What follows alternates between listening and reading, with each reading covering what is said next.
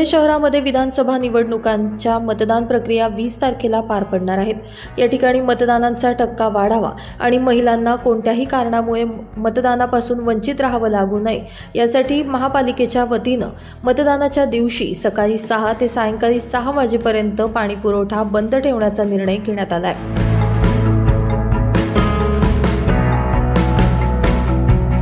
याबाबत महापालिका प्रशासनाकडून पत्रक जारी करण्यात आलं असून या सूचनेची नोंद घेण्याचं आवाहन देखील करण्यात आलं आहे।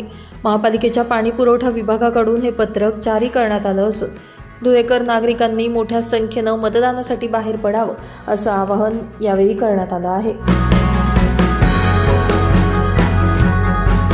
ब्युरो रिपोर्ट, माझा महाराष्ट्र न्यूज, धुळे।